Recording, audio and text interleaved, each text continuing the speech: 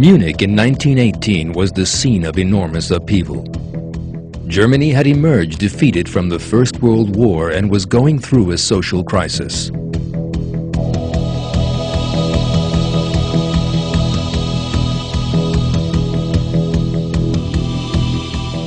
This upheaval led to a revolt against the government. Kurt Eisner, a journalist of Jewish origins, and his Social Democrat followers carried out a bloodless coup with the support of the Imperial Army. Ludwig III and his family were sent into exile. Eisner became Prime Minister of the new government. However, those who imagined that this revolution, achieved without bloodshed, would bring stability to Germany were sadly disappointed.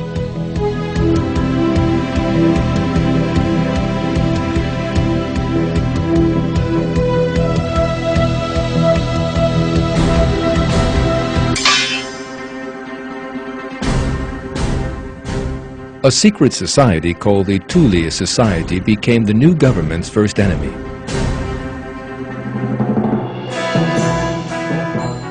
This was a deeply racist organization which took its name from Thule.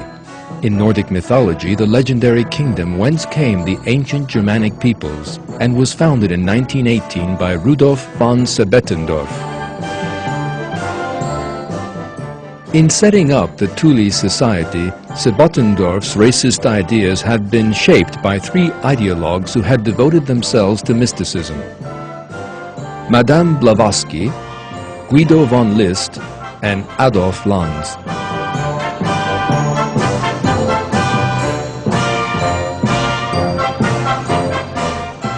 Madame Blavatsky developed a theory that the Aryan race, which she believed to be the ancestor of the German people, was an allegedly superior race.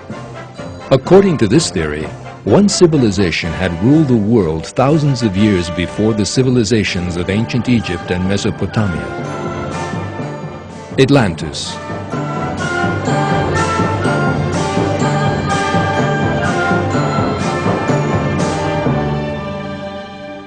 Blavatsky thought that this people were members of a very noble and pure race, but that they had been wiped from the face of the earth by a volcanic disaster.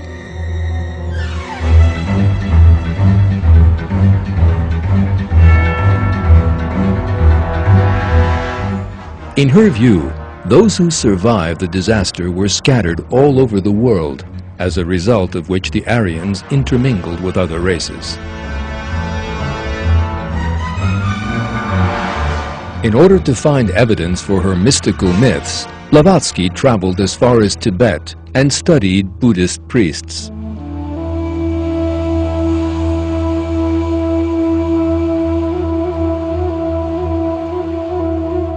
One symbol she used on the cover of her book, The Secret Doctrine, was particularly striking: the swastika.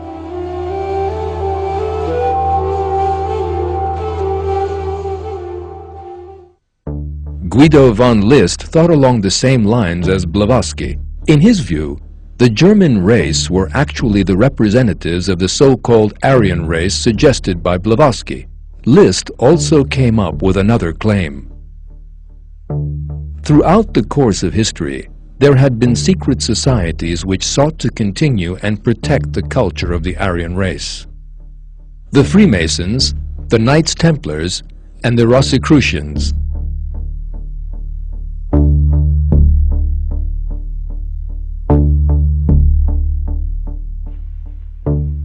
In 1912, he founded a secret society, similar to Freemasonry, called the German Order. List died in 1919, but he left behind an admirer who would continue his ideas with the greatest zeal: Master of the German Order, Adolf Lanz. In 1899, Lanz had founded a cult known as the New Templars and declared himself to be the Grand Master. Thus it was that he combined the characteristics of the Knights Templars with zealous racism.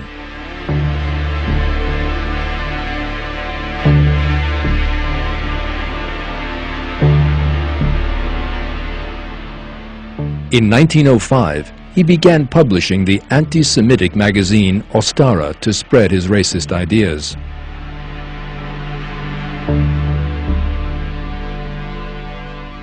In one article, Lantz claimed that members of the master race sat differently from other people and even had a different foot structure. According to Lanz's superstitious belief, there was a so-called fight for survival between yellow and black, a struggle which yellow had to win at all costs.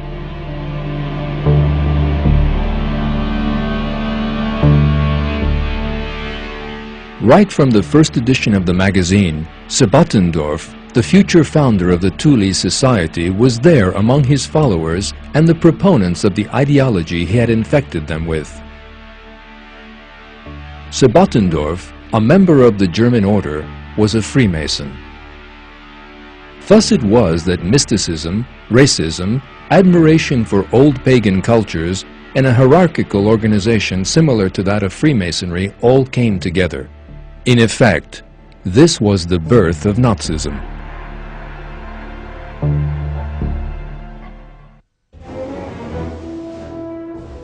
The ideology of the Thule Society was built on resurrecting pre-Christian pagan German culture. Within that ideology, the elimination of non-Aryan races assumed a similar importance. Heading the list were the blacks, gypsies, and Jews.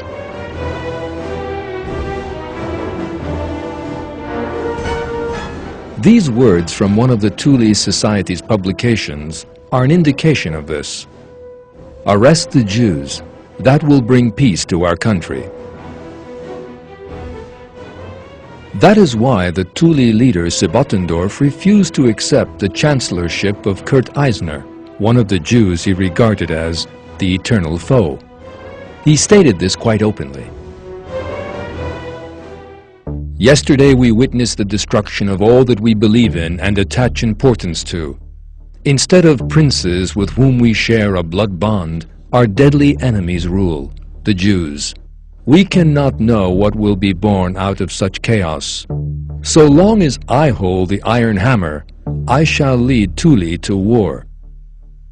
Our discipline is Germanic discipline, and Germanic means nobility. Our God is Walvather. Our emblem is Aryan, the first flame, the sun, the eagle. From today our symbol shall be the eagle. It will remind us that we may have to die if we are to live.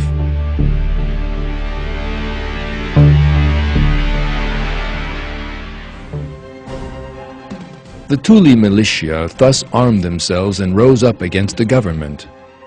Yet their attempts to remove Eisner from power ended in failure.